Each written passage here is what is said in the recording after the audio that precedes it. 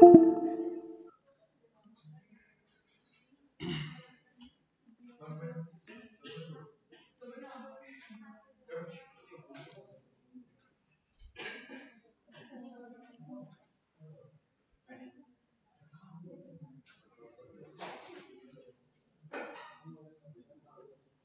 bisa kita mulai.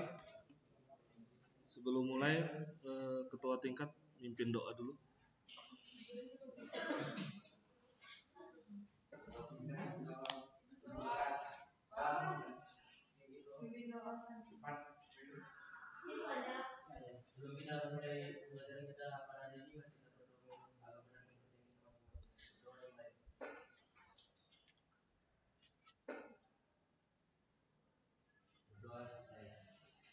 Oke, terima kasih atas waktunya.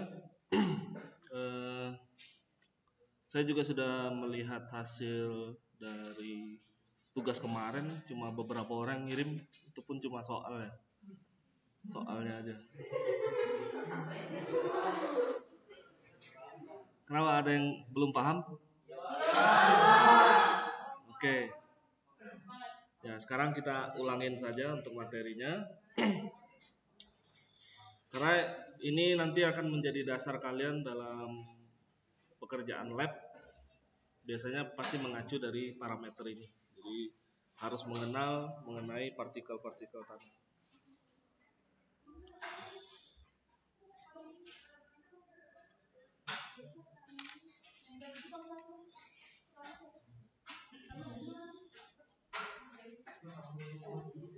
Ya, ini adalah materi mengenai sebenarnya pengenalan kalian terhadap butiran. Jadi kalau tanah itu diklasifikasikan terhadap besar butirannya.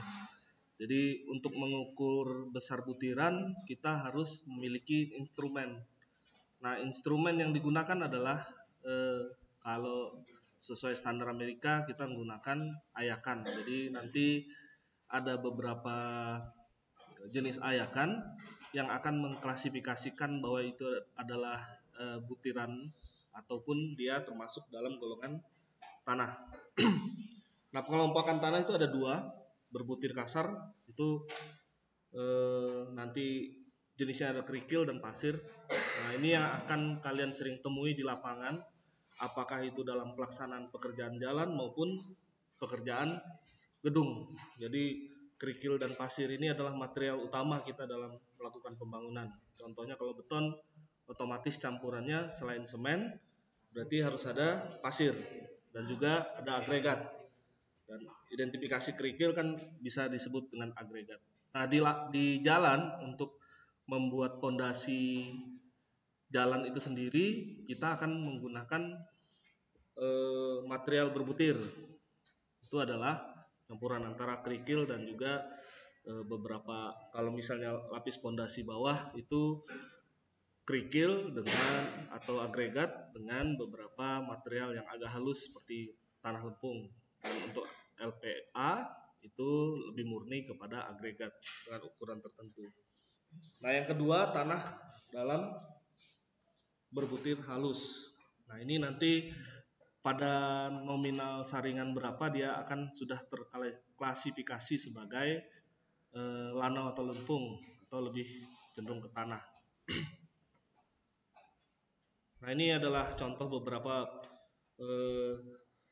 bentuk dari partikel tanah. Kalau kita bisa melihat di atas ini ada banyak seperti material seperti kaca, ini lebih ke partikel pasir, yang di bawah adalah ke kerikil atau gravel, dan beberapa lagi ini adalah batu pecah.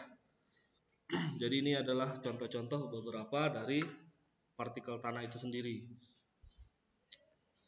Nah, ini yang untuk bentuk-bentuk partikel tanah berbutir.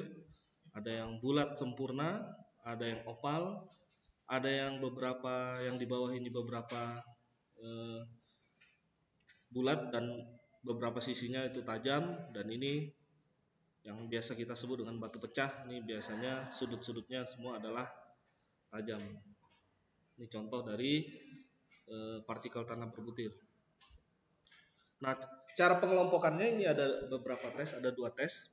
Jadi tesnya nanti ada tes ayakan Ini menggunakan instrumennya nanti kita akan lihat, dan juga tes hidrometer. Ini jika dia sudah lolos dengan ayakan nomor 200 misalnya, yang terakhir adalah ayakan 200, itu sudah seperti debu. Jadi kalau sudah di bawah, nanti itu tinggal kita kasih mineral untuk mengklasifikasikan dia adalah lanau atau lempung, karena sudah terlalu halus partikelnya. Nah, untuk ayakan kita pasti ngerujuknya pada Amerika standar dengan dasar lubang ayakan itu ditentukan oleh mereka. Nah, untuk hidrometer itu pada dasarnya seperti prinsip sedimentasi dari butiran tanah di dalam air. Jadi nanti kalau sedimentasi biasanya yang paling bawah itu partikelnya lebih halus, dan yang dari situ nanti kita bisa tentukan ini adalah jenis lempung ataupun itu adalah lanau. Ini klasifikasinya kurang lebih. Nah, ini adalah contoh ayakannya. Nanti kalian mungkin di semester 2 ya baru ada lab tanah ya, mata kuliah lab tanah. Nanti kalian akan menemukan alat yang seperti ini. Fungsinya adalah untuk melakukan saringan dari sampel yang kita akan gunakan. Jadi pada saat nanti di lapangan kalian misalnya pekerjaan bangunan ataupun jembatan memerlukan tanah timbunan pilihan, nah sampel tanah yang diambil itu yang akan kita masukkan di lab. Dia masuk klasifikasi apa, komposisinya seperti apa.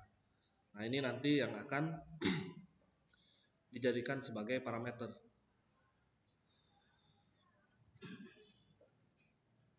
Nah, ini klasifikasi bahwa dia berbutir. Untuk nomor ayakan 4 sampai 6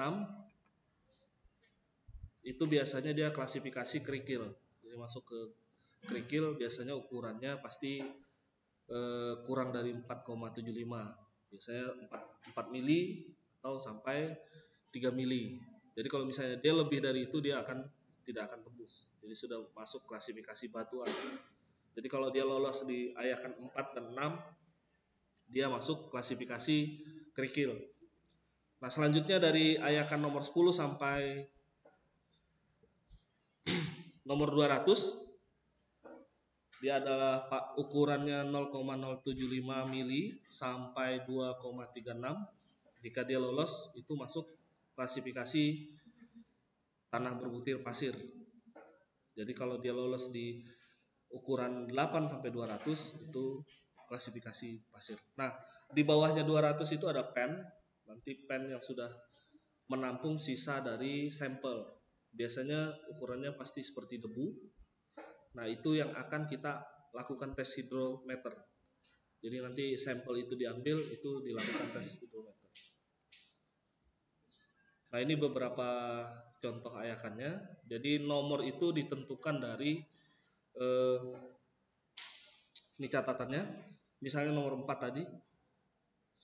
Ini nomor 4. Berarti dalam satu lubang ukuran 1 in itu ada 4 lubang. Nah, ini. Jadi dalam satu lubang ini di setiap ukuran 1 in-nya akan ada 4 lubang. Jadi nomor ayakan yang di atas itu adalah jumlah lubang dalam 1 inci atau 2,54 cm.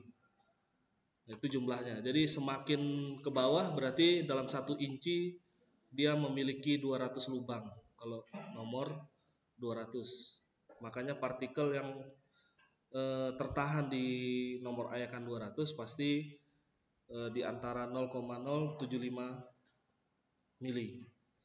Berarti sangat kecil. Dan itu adalah jenis dari batuan berbutir pasir. Nah, ini material kita nanti akan kita taruh di atas, ditutup. Lalu ini adalah mesin untuk melakukan pengayakan. Jadi dia akan bergoyang, ditentukan sampai benar-benar material yang sudah di atas ini sudah menembus beberapa ayakan yang ada di sini. Dan sisanya di bawah nanti itu akan masuk klasifikasi tanah halus atau lanau telempung. Ini adalah gambar standarnya. Nah, ini yang dilakukan. Nah, ini yang nomor sekian. Ini ada nomornya, ada 10, 18, 25 dan sampai di bawah ini yang tidak ada label, ini adalah pen. Pen itu fungsinya untuk butir halus. Nah, ini beberapa contoh hasil sampel dari tiap ayakan. Nanti ini yang akan kita jadikan klasifikasi, apakah dia masuk klasifikasi kerikil ataupun masuk klasifikasi pasir. Ya, sampai sini ada yang mau ditanya dulu?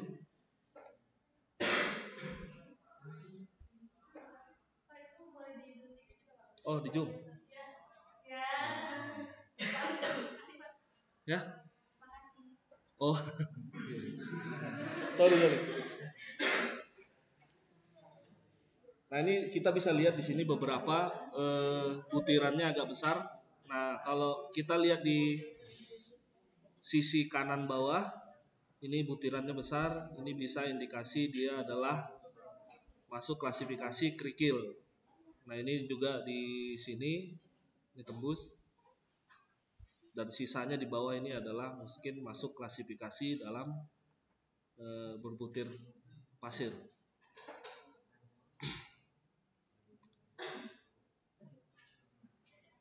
Ya. Nah, selanjutnya selain analisis terhadap ayakan, kita juga ada namanya analisis hidrometer. Jadi fungsinya untuk mengetahui sedimentasi yang terjadi dari butiran-butiran tanah tadi di dalam air. Nanti distribusi ukurannya itu akan mengklasifikasikan dia masuk dalam lanau atau lempung.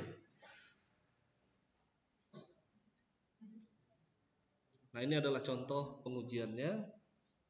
Biasanya diambil dari sampel yang sudah lolos ayakan 200. Jadi nanti kita akan masukkan di sini.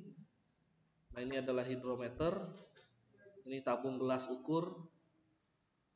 Dan di sini adalah nanti kita aduk biasanya. Nanti akan ada setelah didiamkan beberapa jam akan ada terjadi pengendapan. Nah, dari pengendapan itu kita bisa mengklasifikasikan dia lanau atau lempung. Nah, ini contohnya. Ini alat yang digunakan. Ini hidrometernya. Ini gelas ukurnya. Dan ada beberapa sampel yang ada yang seperti ini dan ada seperti ini.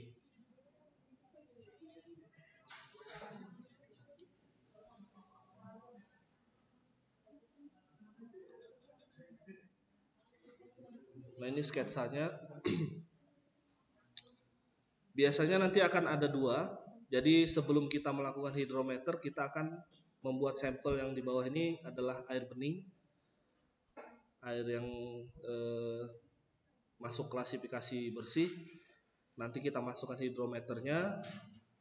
Nanti kita ukur ketinggian dari berat jenis air ini sendiri dan tinggi masuknya hidrometer ke dalam gelas ukur ini. Nah, selanjutnya di gelas kedua ini kita masukkan sampel yang diaduk, baru kita masukkan alat ukur hidrometernya ke dalam. Jadi diukur lagi. Nanti kita akan lihat sedimentasi yang di sini terjadi seperti apa. Nah, pola sedimentasi itu yang akan mengklasifikasikan bahwa ini adalah tanah lempung atau tanah lanau. Nah, ini contohnya nanti.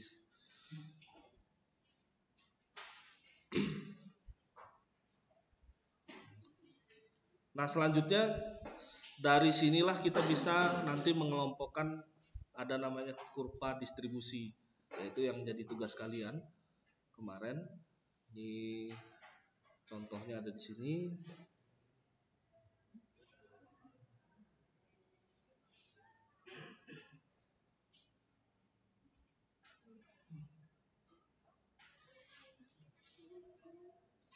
Nah, sebenarnya cara mengisinya ada di materi kemarin. Jadi Ya.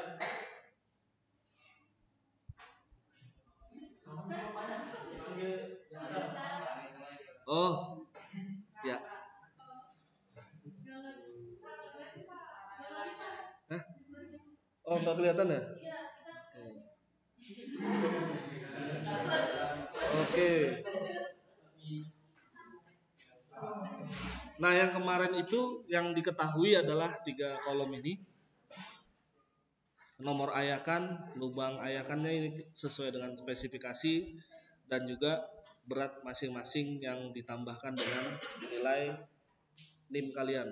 Jadi 50 plus sekian. Nah, dari ini sebenarnya tahapan yang harus kalian lakukan adalah ini dari W keseluruhan ini nanti kita totalkan. Dia akan mendapatkan nilai total. Setelah itu untuk mengetahui presentase berat tanah tertahan, jadi presentasi dari tanah tertahan di tiap ayakan itu adalah berat tanah tertahan di nomor ayakan tersebut dibagi dengan W total yang sudah kita totalkan. Baru dia jadi untuk dijadikan persentase harus dikalikan 100%. Nah, inilah yang akan jadi nilai A1. Jadi persentase berat tanah yang tertanam atau tertahan. Dan begitu juga dengan W2, W3 sampai W7 ini. Jadi berat tanah tertahan di tiap ayakan dibagikan dengan W total dikali 100, dia akan jadi persentase berat yang tertahan di tiap ayakan tersebut.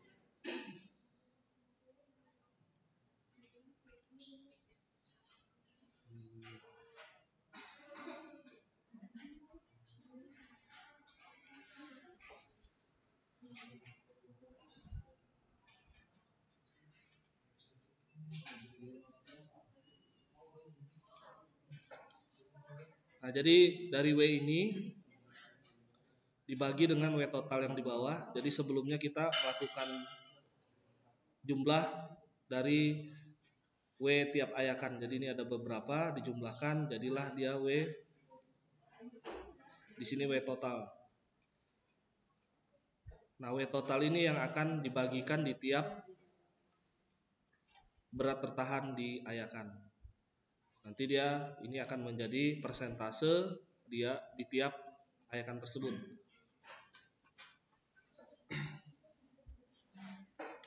Nah, selanjutnya jika sudah didapat persentase berat tanah tertahan, kita akan menghitung presentasi kumulatif. Jadi ini ditambahkan dengan di bawahnya, ini ditambahkan di bawahnya, dan seterusnya. Jadi A1 itu adalah sama dengan B1. Jadi nilai yang ada di sini itu sama dengan B1. Setelah itu B1 dijumlahkan dengan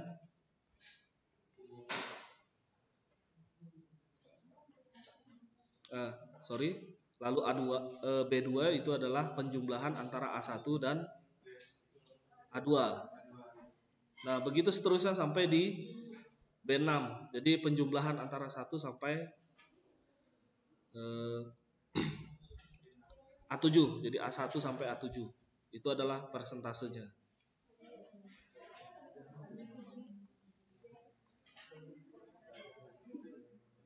Ya, sampai sini ada yang mau ditanya dulu? Pak, ini matematika dasar sebenarnya. Ya kan? Enggak. Oh, yang di bawah? Yang B6 ya. Penjumlahan. Karena dia kumulatif.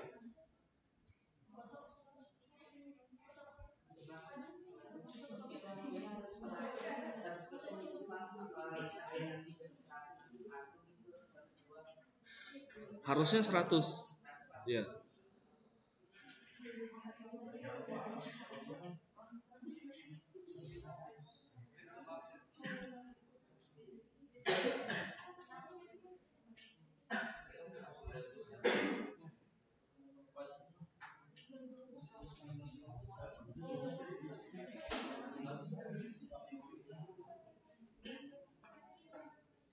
Nah, yang di belakang ini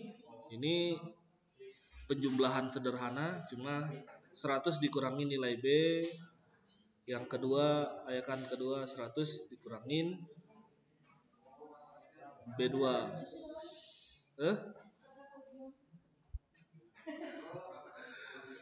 Gimana? Ya. Oh, ya.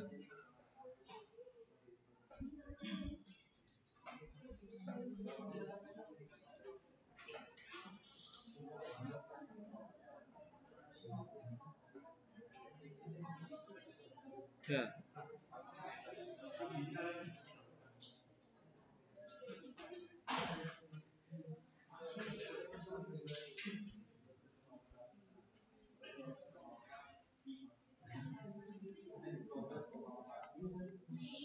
Nah, kita akan coba di bawah. Nah, ini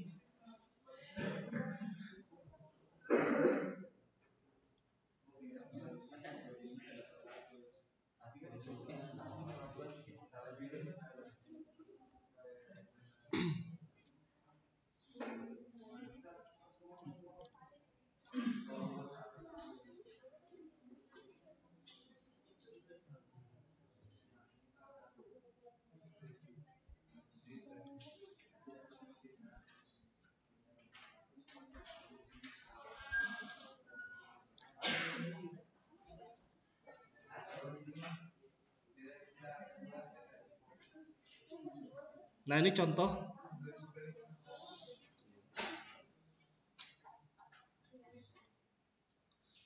Nah, ini kita ambil contoh soalnya. Jadi ini adalah nomor saringan, ini sudah standar, diameternya juga standar, jadi ngikutin lab. Yang tidak standar adalah berat dari butiran yang tinggal. Nah, ini nanti yang dari lolos ayakan itu, jadi dari tiap ayakan itu kalian timbang. Nanti dari sampel tiap ayakan ditimbang, masukkan datanya di sini. Jadilah data berat.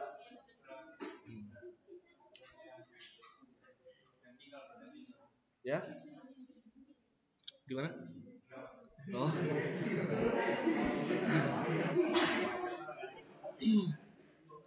Nah, setelah ini didapatnya dari sampel kalian.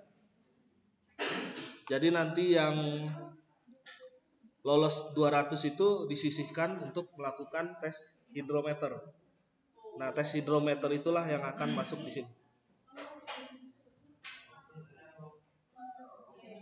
Nah, sama seperti tadi, caranya ini kita jumlahkan dulu totalnya. Jadi total W totalnya berapa? Berapa gram? Setelah itu baru kita dapat persentase. Nah, inilah persentasenya.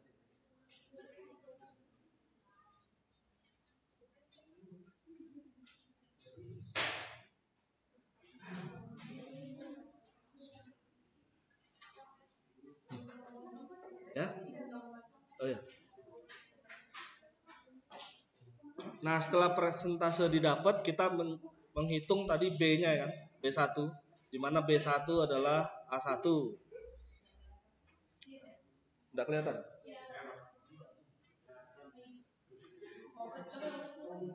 Terlalu anu ya? Kecil ya? Waduh, ini pengaruh ngantuk atau anu? Lapar?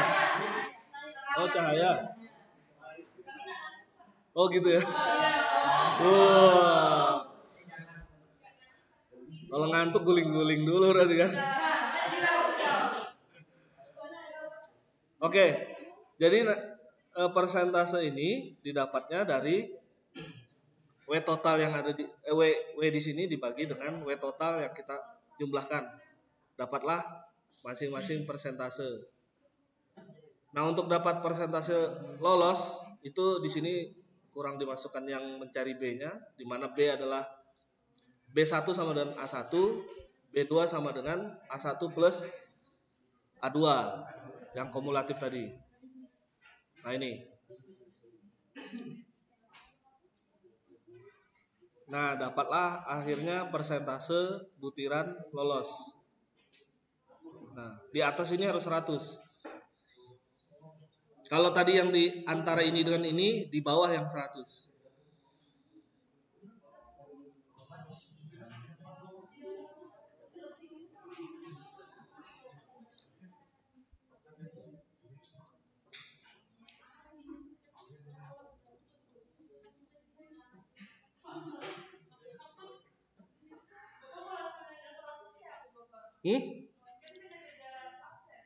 Berarti ada yang salah dong. Oh ya enggak apa-apa. Kalau 99,99 berarti ngitungnya kurang anu. Pasti kan kalkulator itu. Ya, enggak apa-apa. Enggak masalah. Kalau selisihnya 0,002 ya enggak masalah. Kalau 98 itu tanda tanya. Kalau 99,98, 99,97 itu kalkulator. Ya enggak apa kalkulator. Tapi jangan 100,1 ya. Itu ada yang tanya. Mungkin enggak. Gini, harus konsisten dalam digital koma di belakang, 2 angka di belakang koma. Misalnya kalian 2 angka di belakang koma sudah dibulatkan ke atas atau ke bawah, konsisten sampai bawah karena itu mengaruhi hitungan.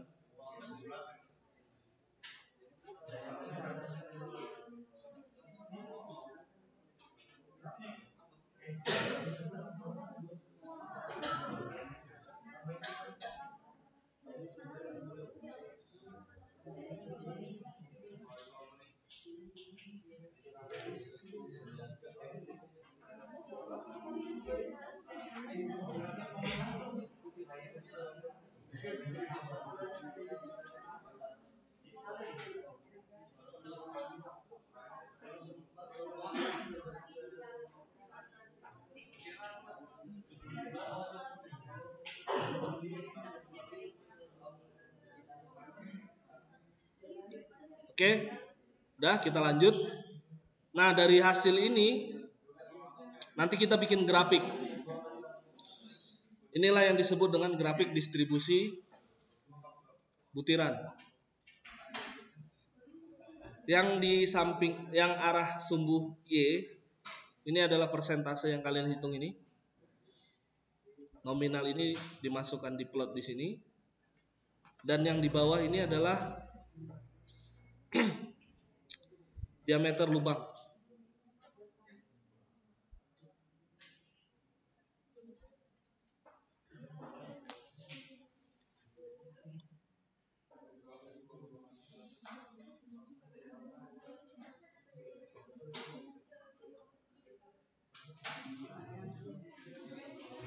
Nah ini tinggal kalian plot aja. Ini adalah Y, butirannya, X-nya adalah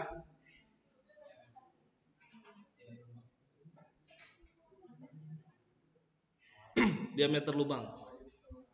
Jadi di plot di sini titik-titiknya, baru nanti kita sambungkan. Jadilah dia grafik seperti ini untuk mendapatkan D10, D30 dan D60, di mana diameter yang lolos di 10%, 30% dan 60%. Nanti tinggal kita tarik garis.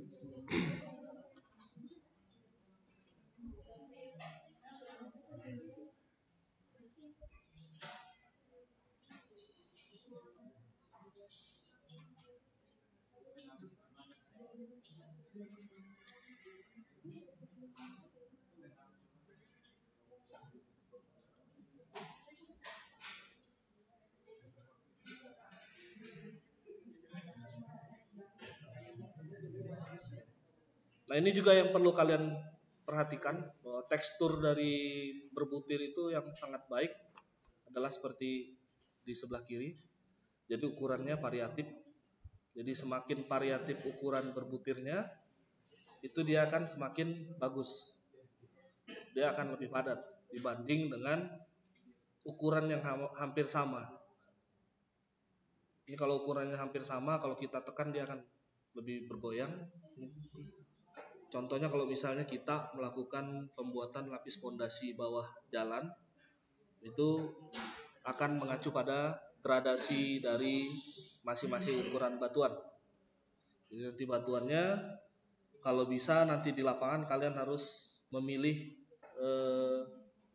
ukuran yang variatif. Jadi semakin variatif ukurannya akan semakin mudah padat fondasi kita. Karena pori-pori ini akan terisi oleh butiran.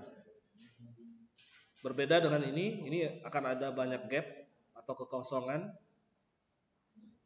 yang akan membuat pada saat terjadi pembebanan dinamis dia akan goyang dan itu akan merusak lapis permukaan kita.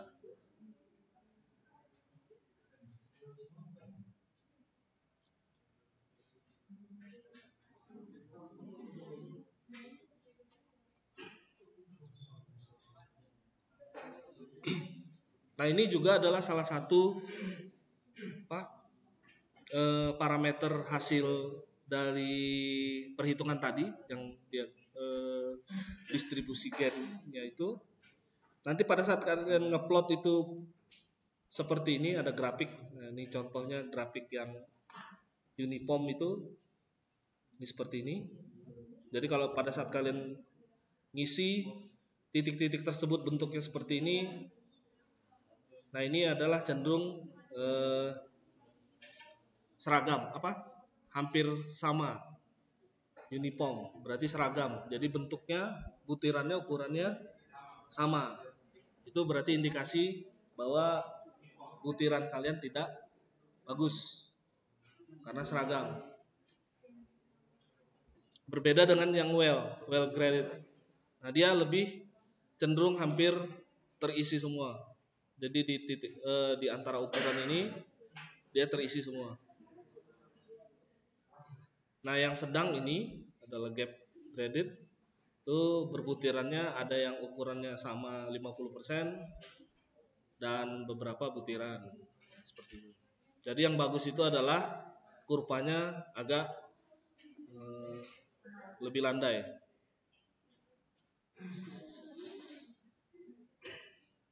Nah itu nanti kalian silakan nanti digambar di soal latihan kemarin sebagai bahan untuk nanti ujian.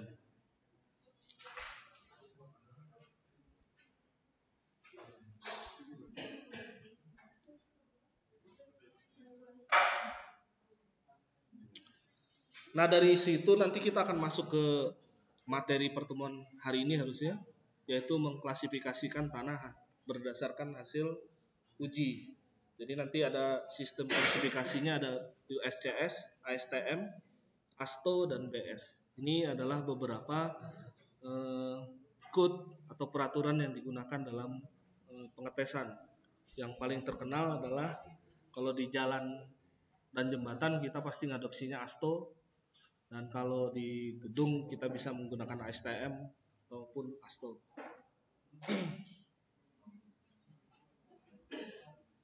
Nah dari klasifikasi itulah yang dari hasil pengayakan kalian ini nanti akan masuk klasifikasi bahwa dia masuk lempung, kerikil, ini adalah lempung organik, adalah non organik. Itu nanti ditentukan dari ukuran ayakan tadi. Nanti di dalam dunia lab tanah itu ada kode tersendiri terhadap jenis-jenis tanah yang harus kalian paling enggak dihafal. Apalagi kalau misalnya memang nanti kedepannya pengen menjadi ahli geoteknik dan akan lebih banyak di lab. Nah itu kode-kode yang ada di sini harus dipelajari dari sekarang. Ini beberapa contoh tanah.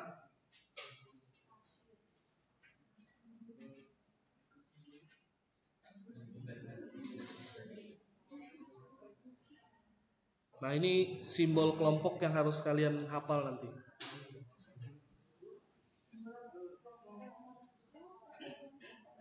Udah kelihatan ya? Ya, nanti dikirim.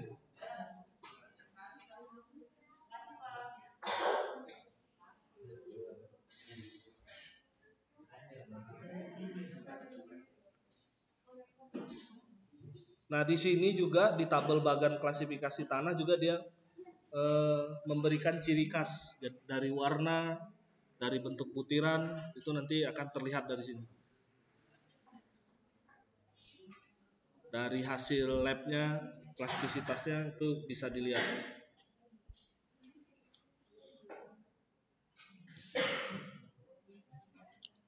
Nanti kalau misalnya kalian melintas di Grand City itu biasanya dekat SMA sekolah Katolik ya?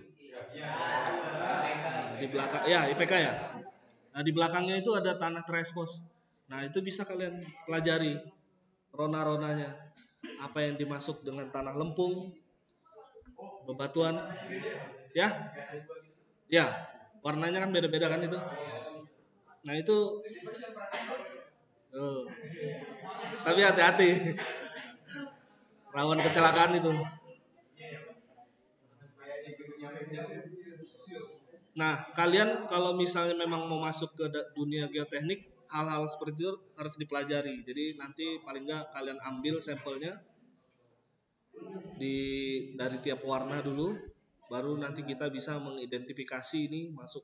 Secara visual kita bisa identifikasi awal, tapi secara detail identifikasi memang harus dilakukan dengan menggunakan lab. Jadi ya menggunakan ayakan tersebut.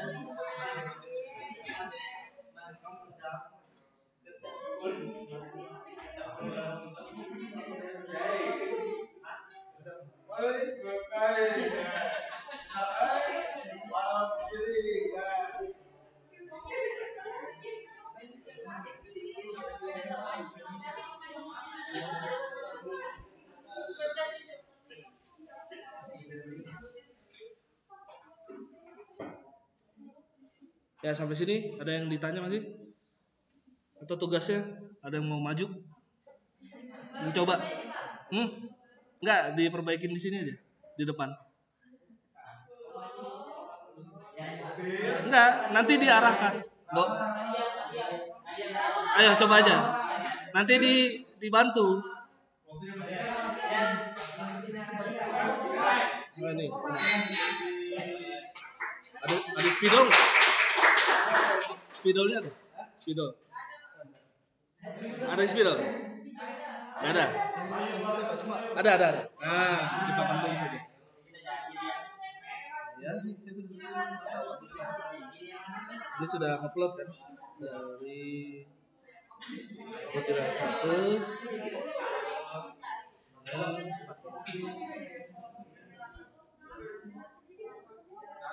Nah, kalau ini kan berarti kalau dilihat aja sudah termasuk apa? Terlalu seragam kan? Karena ada ini kan. Nanti tinggal masukkan itu adalah spesifikasi seragam. Makanya kalau di sininya nggak nyampe 192, itu gimana? Berarti ada salah anunya penjumlahan. Benar. Di sini aja. Ya. Tulis. Iya. Punyamu aja. Ini bagus, betul. Pak, ya. Berarti 100,4 enggak boleh, Pak? Saya 100,4. 100,4. Kamu cek aja belakang dua angka di belakang komanya itu. Biasanya salahnya di situ. Atau pembulatan yang terlalu banyak. Iya, kayaknya Pembulatan biasanya. Tapi enggak masalah sih. Langsung ditampanin. Langsung sini di bawah. Ya. Sudah kita kumpul ulang, Pak. Benar. Ini sudah betul. Jadi nanti tinggal plot yang D10-nya tarik. D30 tarik. Baru D60-nya tarik.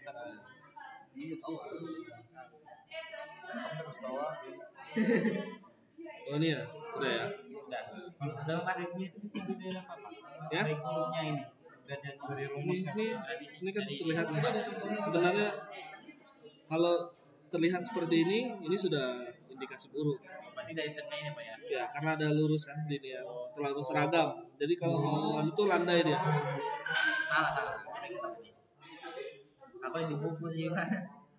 Iya, ini. Tadi harus punya buku, Pak. Cari dia. Kali tangan di perpus. Pinjam, Pak. Soalnya tadi belum paham juga di sini ketemu ini juga nih. Dan nanti saya taruh linknya di DLP ya, link materi. Iya, Pak. Itu betul nggak? Ya, maaf Pak. Ya.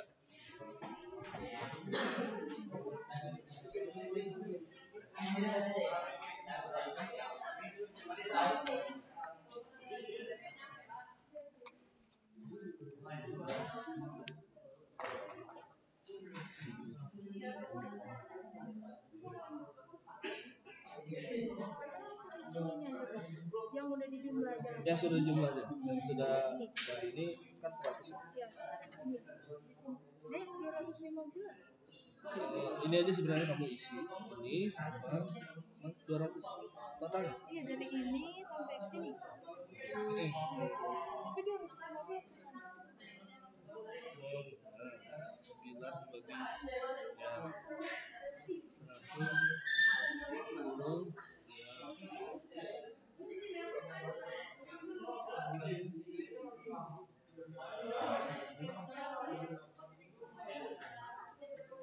sudah coba ke Excel nggak? 92 itu. Ini jumlahnya dari mana? Yang ini. Sampai 200 ini juga dong. Di sini juga. Iya. Ini 6 7 ya 100 ini. Benar. Nggak apa-apa. Tulis nomor persentase saya. Ini tinggal kamu tulis ini sama kita bikin berapa.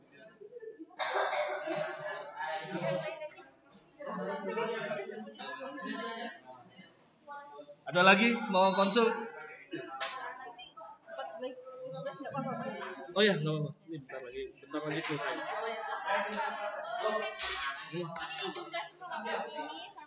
Ini sama ini. Oh ya, nggak masalah. Berarti ada ini harusnya 65 mungkin kamu tulis 6 aja. Nah itu yang bikinan biasanya. Tapi saya tadi itu hasilnya ini kan dapatnya 9,95 gitu, Pak. Cuma kan ada bulannya jadi 100. Itu sebenarnya nggak sih, Pak? Di bulan ini 100. Enggak jumlahnya berapa? Jadi itu 9,95. 99 nomor? Ya, 99,95. Oh, enggak apa-apa. berarti ini mau aja nanti dicek. Ini udah Tapi nggak masalah. bisa dibulatin jadi 100. Mungkin banyak yang nggak mau bulatin ke atas semua atau Iya, ke atas semua. ada yang kan kalau misalnya 5 di bawah 5 kan harusnya nggak dibulatin ke atas kan. Nggak apa-apa. Yang penting sudah dapat 99,9 itu ya sudah. Nah ini, nah tinggal nanti diplot ini sama ini diameternya, yang x-nya yang ini, y-nya nanti di bawah, titik baru kan gambar grafik. Grafiknya udah gambar belum? Cuma di spreadsheet tadi sempat dibikin di Excel. Oh ya. Cuma tadi lambat baru kirim aja tadi. Enggak apa-apa.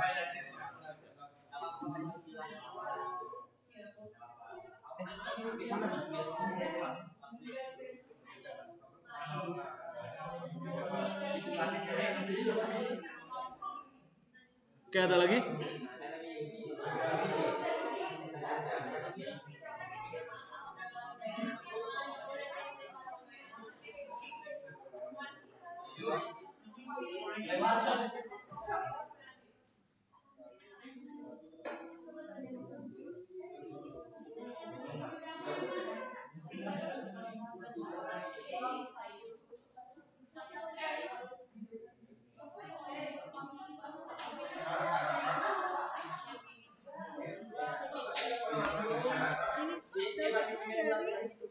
Ya, 100 dikurangin B1. Nanti hasil ini dikurangin 10. Betul. Kayak Tadi sempat keliru di sini. oh, 100 kan? Iya, Bapak 99,8 ya. Gak apa-apa. Jadi paling di belakangnya ini yang salah, terlalu dinaikkan atau diturunkan. Biasa salah di situ. Gak apa-apa. Ya.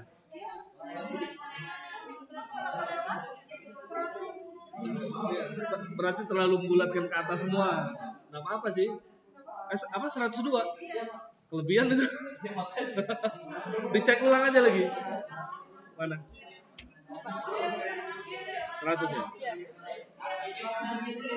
Nah, nanti tinggal ini Y, ini X-nya.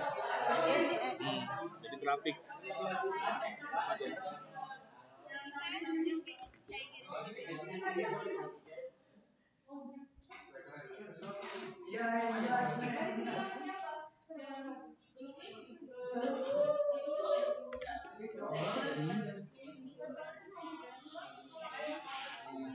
Oh iya, betul sudah ini.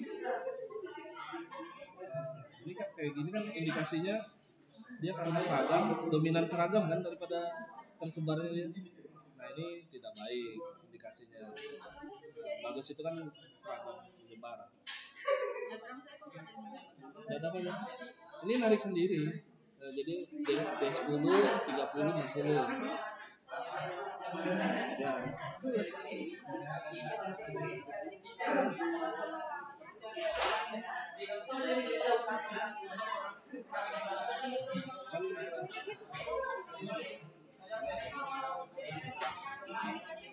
Kualitasnya ya memang dari grafiknya kan kelihatan tuh. Oh dia. Ayo.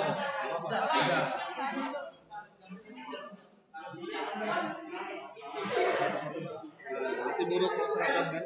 Tadi kan bulat-bulat ukurannya sama semua. Makanya tadi grafiknya langsung lurus ke bawah kan. Nah, bagus itu kan nyebar ya, landai.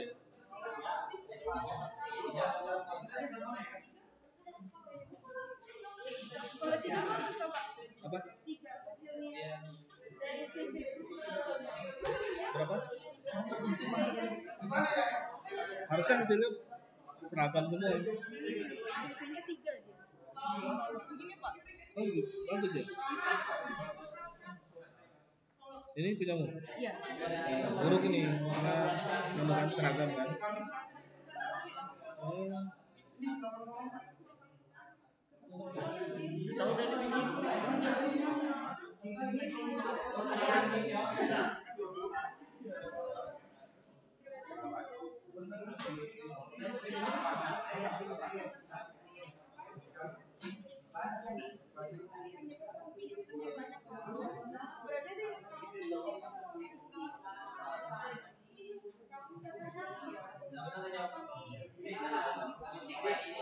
C-nya berapa tadi?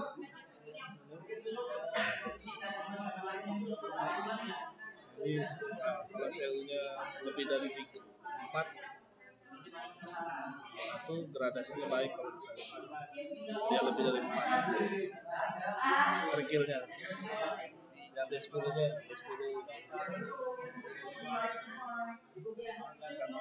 kan lebih dari 6, satunya masih di 3 kan, sedang berarti masih dikasih sedang. Ada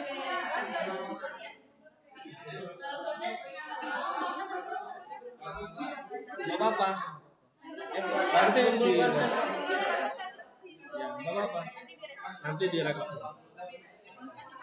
Yang penting sudah ngerti sekarang kan.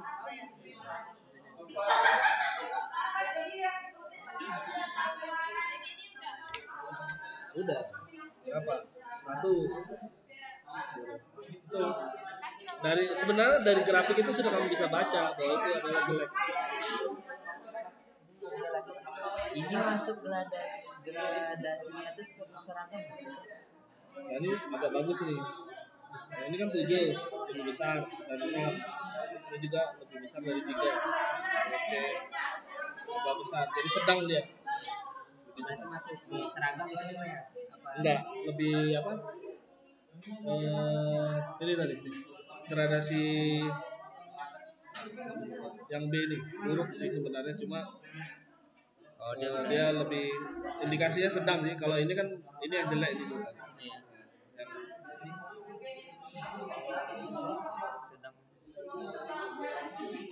Sedang aja. Berarti di gambar muka ya? Ya ini kan sudah sesuai kan? Kan hampir mirip dengan yang B ini kan? Iya. Berarti di gambar cek apa? Di gambar aja.